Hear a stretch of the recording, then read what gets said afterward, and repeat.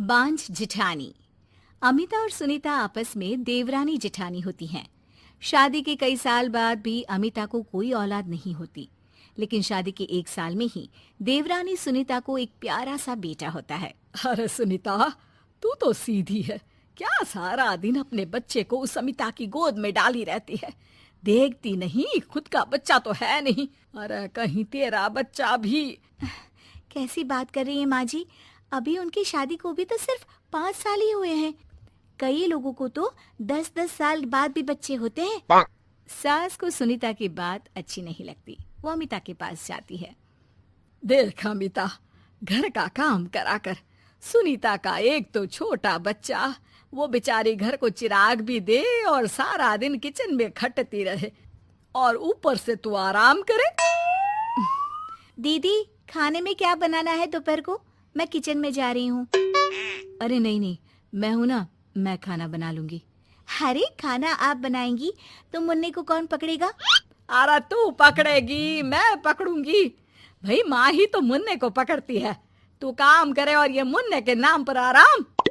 अरे नहीं माँ जी, मैं माँ हूँ माना, लेकिन अमिता दीदी का प्यार भी कम नहीं है। सारा दिन भी नहीं खिलाएंगी तो रात को नींद नहीं आएंगी इन्हें। अरे तो दूसरे की औलाद तो दूसरे की होती है ना। ला अमिता, मुन्ने को मुझे दे दे। लेकिन जैसे ही मुन्ने को सास गोद में लेना चाहती है, वो उनके पास जाने से इनकार कर देता है। अरे काला जादू कर दिया है इसने। बच्चा किसी के पास आ ही नहीं रहा है भाई। माँ, इसे काला जादू नहीं, प्यार कहते हैं, जो दीदी मुन्ने से करती हैं। अरे हाँ, हम तो दुश्मन है ना इसके, जो ये हमारे पास नहीं आ रहा है। अरे सगी दादी हूँ मैं, पूरी की पूरी कोठी इसी के नाम कर जाऊंगी। अब बोल, अब भी प्यार है क्या इससे? अमिता को सास की बात पर गुस्सा आ जाता है। वैसे भी माँ जी, पूरे घर में यही एक चिराग है, तो आप इसे दे या ना दे, सारा कुछ इसी का है, चाहे वो मेरा भी क्यों ना हो। हाँ, अभी तो बड़ी जबान चल रही है, लेकिन जब घर पूरा इसके नाम होगा ना, तब पता चलेगा।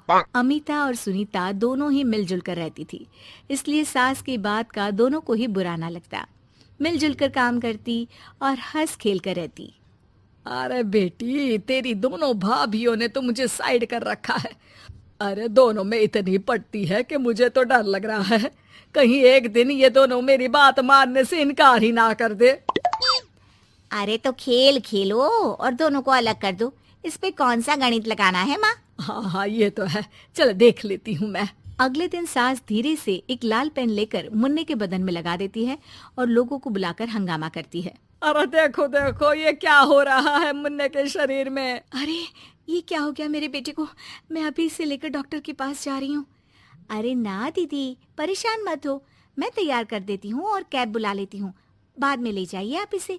अरे बेटा, तेरा है, वो क्यों ले जाएगी? वैसे भी ये डॉक्टर का नहीं, तांत्रिक का मसला है। किसी ने मुन्ने पर जादू करने की कोशिश की है, जिससे वो मुन्ने को मार ले। सुनीता ये सुनकर रोने लगती है। कौन मेरे मुन्ने को मारने की कोशिश करेगा माँ जी? नहीं, ऐसा कुछ नहीं होगा। सास अमिता की तरफ देखकर कहती है। अरे वही जिसकी खुद की औलाद ना हो। कैसी बात कर रही हैं माँ जी आप? मैं क्यों मारूंगी अपने ही बच्चे को? वो तो मेरे बेटे जैसा है। अरे बेटे जैसा है, बेटा तो नहीं है ना। वैसे भी मैंने तांत्रिक को फोन कर दिया है। थोड़ी देर में वहाँ तांत्रिक आ जाता है। भगवान भगवान भगवान भगवान, बच्चे की जान को खतरा है, खतरा है, खतरा है। इसके ऊपर किसी बांझ औरत ने काला जादू कर रखा है, रखा है, रखा है। लगता नहीं ये बच्चा कभी ठीक भी हो पाएगा, पाएगा। नहीं, मेरे बेटे को बचा लीजिए। अमिता दीदी, आप इतना गंदा सोचेंगे मुन्ने के लिए, मैंने सोचा भी नहीं था। अरे कैसी बात कर रही हो सुनीता? मैंने तो मुन्ने को माँ से बढ़कर प्यार किया, ये सोचो भला मैं ऐसा क्यों करूंगी? लेकिन बेटे के प्यार में पागल सुनीता सास की जाल में फंस जाती है। दीदी, आज से आप और मैं अलग हैं, मेरी रसोई अलग, आपकी अलग, और आज के बाद मुन्ने को छूने की क्या, देखने की भी कोशिश मत करिएगा। अमिता सुनीता को समझाने की कोशिश करती है, पर कुछ नहीं होता। अगले रोज। ला सुनीता, मैं मुन्ने को नहला कर तैयार कर देती हूँ। नहीं माँ जी, मैं नहला देती हूँ। लेकिन जैसे ही वो मुन्ने को नहलाने लगी, पेन के निशान एक एक करके निकल गए। अरे माँ जी, ये तो किसी ने पेन से निशान बनाए थे। देखिए, जैसे ही मैंने मुन्ने को नहलाया सारे निकल गए। अब अरे नहीं नहीं बहू, ये तो बाबा का कमाल है कि बच्चे के ऊपर से ये साया धुल गया। लेकिन ये क्या माँ जी, मुन्ना तो रोया ही जा रहा है, न खा रहा है न दूध पी रहा है, बस चाची चाची कर रहा है। अरे इतनी जल्दी उसका भूत नहीं उतरेगा इसके सर से, मार मार कर खिला। जी माँ जी, लेकिन सुनीता का बेटा जिसे अमिता से बेहद प्यार था, वो उसके पास जाने की जिद में ना खा रहा था ना पी रहा था। उसकी हालत बिगड़ती ही जा रही थी। हार कर एक दिन, माँ दीदी दिखाई नहीं दे रही है, क्या वो मायके चली गई है क्या? अरे क्या पता कहाँ गई, रुक बड़कू से पूछती हूँ। ए अमिता कहाँ है? माँ जल्दी पता करिए ना, दीदी कहाँ है? मुन्ने की हालत दीदी के लिए खराब होती जा रही है। सुनीता मुन्ने को लेकर नीचे अमिता के पास जाती है। अमिता बिस्तर पर पड़ी होती है। वो कमजोर सी दिखती है। बड़ी आराम से सो रही हैं आप, यहाँ मुन्ने की तबीयत खराब हो रही है।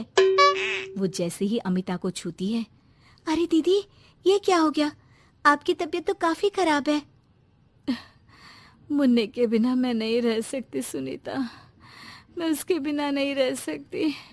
मैं कसम खा कर कहती हूँ, मैंने मुन्ने को मारने की ऐसी कोई कोशिश नहीं की। मैं तो खुद मुन्ने के बिना मर जाऊंगी। मुन्ना आप ही का तो है दीदी, मुझे माफ कर दीजिए। ये पकड़िए अपना बेटा,